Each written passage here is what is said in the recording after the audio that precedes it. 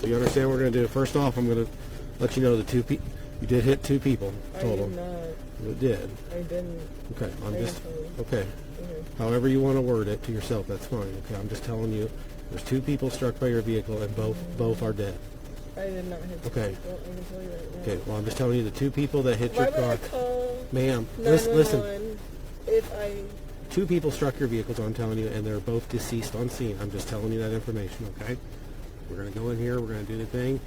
I appreciate you being cooperative so far. I got to tell you what's going on. Okay. You understand? Yes. Okay. Come on out here this way. I'll let you talk, sir. All right, right over here. Stay right here and grab all this stuff here. I'm sure there is. Once we get in here, we'll tell them. They'll probably take it off for you, okay? All right, come follow me. Right, that's emergency doors here. Oh, yeah, there's lots of Well, your whole front windshield is shattered out, so that's understandable. Right now, I know what I hit. I know I didn't hit it. Okay. And it was not 2. If it was 2, I'd be crying, you know what I mean? I'd be like, oh my God, I did this. I'd be like, wow, this ain't Mars, but I know what I did. Okay. Did she beg you to stop? Did you hear her lungs gargling with blood? Or did you see it in her face when she realized she could no longer breathe due to her collapsed lungs? What were her last words? Did you stay to watch her die? Or did you leave her there in agonizing pain as you ran away? Now a lot of people have been tagging me in this video, so I'm here to explain the backstory to this whole thing. The girl you see here is named Tristy Bailey, who on Mother's Day was found brutally stabbed and slashed to death. Now Tristy was one of 5 children of Stacy and Forrest Bailey. She lived in Florida and attended Patriot Oaks Academy, where she was a cheerleader. On May 9th, 2021, Tristan's parents reported her missing after her mother came back home and didn't find her in her room. The neighborhood came together to try and find Tristan, but failed. That's when the police got involved, where they found Tristan's body stabbed 114 times. A nearby neighbor's CCTV camera captured Tristan walking alongside with what appeared to be Aiden Fucci, who at the time was 14 years old. But then 2 hours later, Aiden can be seen running back home alone.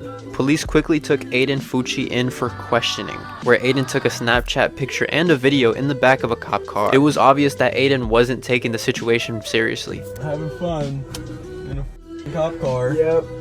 Tristan. What's up, guys? Yep. Tristan, if you can walk out the damn... When you see this in a month, This in a cop car, guys. Tripping, dude. Until investigators saw the snap, as well as a response saying, "You were with her, Aiden. You know what happened to her." Investigators also noticed Aiden switching up his story every time he was questioned about the night. After constant interrogation, Aiden finally confessed to being with Bailey that night, and that they were both heading to a friend's house. On their way back, however, Aiden says that they both got into an argument, and he pushed Bailey, and Bailey struck her head on a rock on the way down. But investigators found a pocket knife with the tip missing, the same weapon that was used to stab Bailey 114 times. This weapon also belonged to Aiden. They also investigated Aiden's home, where they found blood-stained clothes and blood-stained shoes. It was concluded that Aiden lured Bailey out of her house, as they were neighbors, then brought her to a secluded area where he stabbed her 114 times, all over her body. Nobody knows why Aiden killed Tristan. It's being stated that Aiden had no motive to kill Bailey, as his peers say that he always fantasized about killing somebody. Aiden was arrested for first-degree murder and charged with the death of Tristan Bailey, and he was tried on February of 2023, where he pleaded guilty, and on March 24th, 2023, he was sentenced to 40 years to life in prison at the age of just 16 years old. Like and follow for more. So a lot of people know the movie, The Texas Chainsaw Massacre. Most people know him as like he's this slasher with a chainsaw. He like wears people's faces, and you know, he's just like his family is helping him like commit all these murders, and they're trying to keep it hush because he's crazy, and it's like, oh, he's just our sweet little boy. He's just not all the way there. And that's The Texas Chainsaw Massacre. That's what most people know him as, right? But what most people don't know is that it is actually based off of a real story. So there's this guy named Ed Gein, right? Ed Gein was born in Wisconsin. person, and he grew up and he was super isolated, like always by himself. People described him as like a weird dude. Like he was very always like by himself, like never really in a crowd or had any friends. He was always like a recluse. Ed Gein started grave robbing and like digging up dead bodies, and he would use their skin for like stuff around the house. He'd use their bones as like utensils, and he has been confirmed to have killed at least 2 people, but they think it's upwards of 10. But yeah, so he was arrested, and the scariest part about it though is that he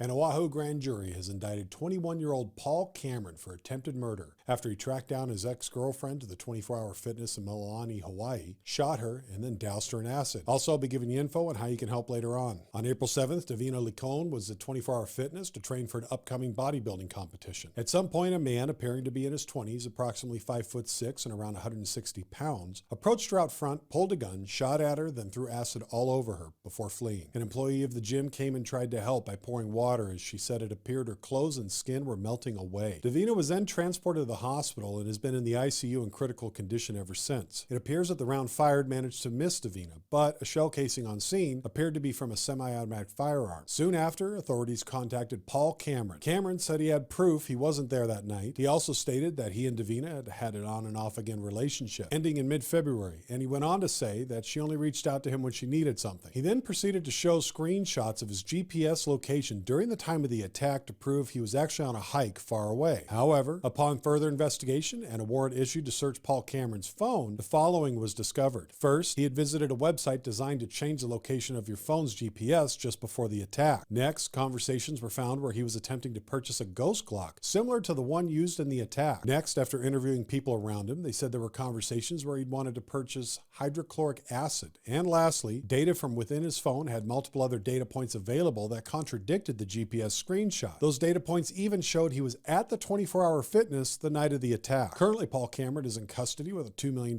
bail. There is also a GoFundMe set up for Davina's medical expenses and long-term care. As usual, I'll put a link on my IG. Davina's friend is also tagged below and has been a huge help in putting this story together. She will most likely be watching the comments and answering questions you may have.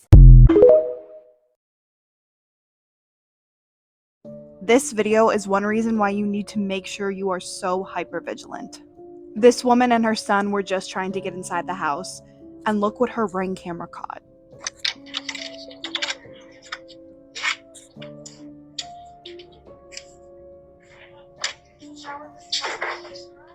Go shower really fast. I need you to go shower. Please, Daniel. Who's that?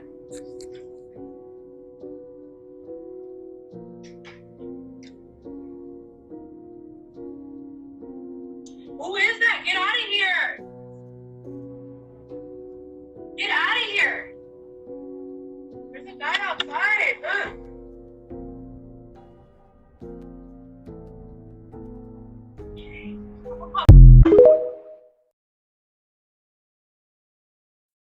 This is the father-daughter incest case that turned into a murder.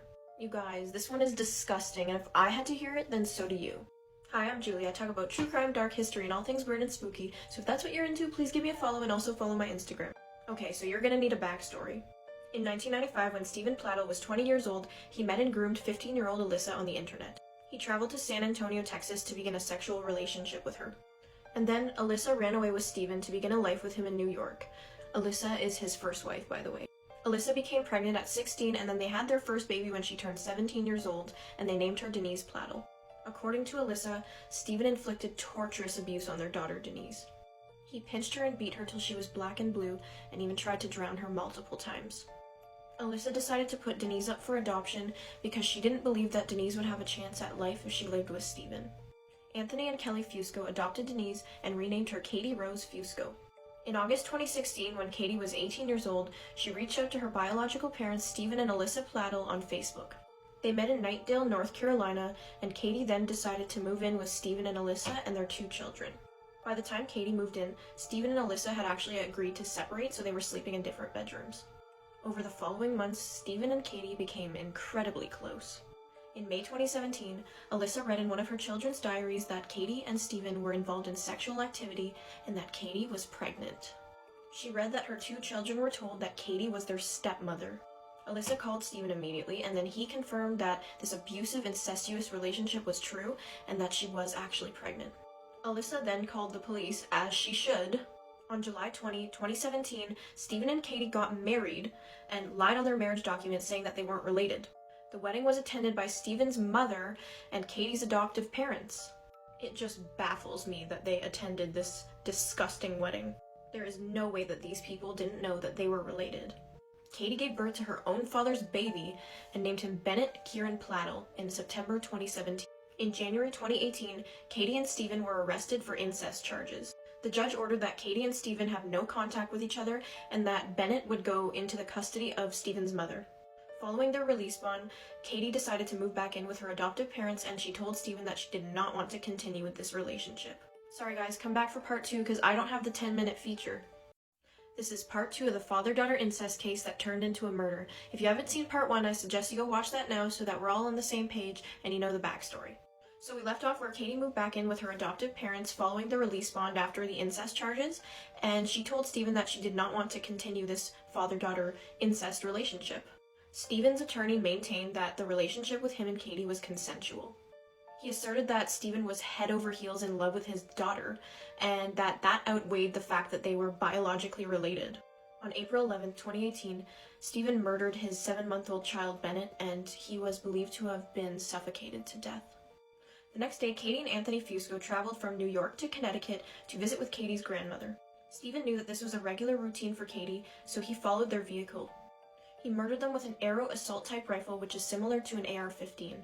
Steven then called his mother and confessed to her that he had killed Katie, Anthony, and Bennett. He then unalived himself by self-inflicted gunshot wound in New York. Steven's mother called the police, and they found Bennett dead in Steven's home. Bystanders reported shots fired in New Milford, and authorities found Katie and Anthony's bodies in the car. The 3 victims were buried in St. Charles Cemetery in New York. After the killing, Steven's attorney maintained that nobody could have ever predicted that these killings would happen and that he never showed any signs of turning to violence. And that's the end of the story, but let me know what you guys think in the comments. That was definitely a pretty wild one. Some attention, any kind of affection, I don't mind. Just stay a while. I got room for 2.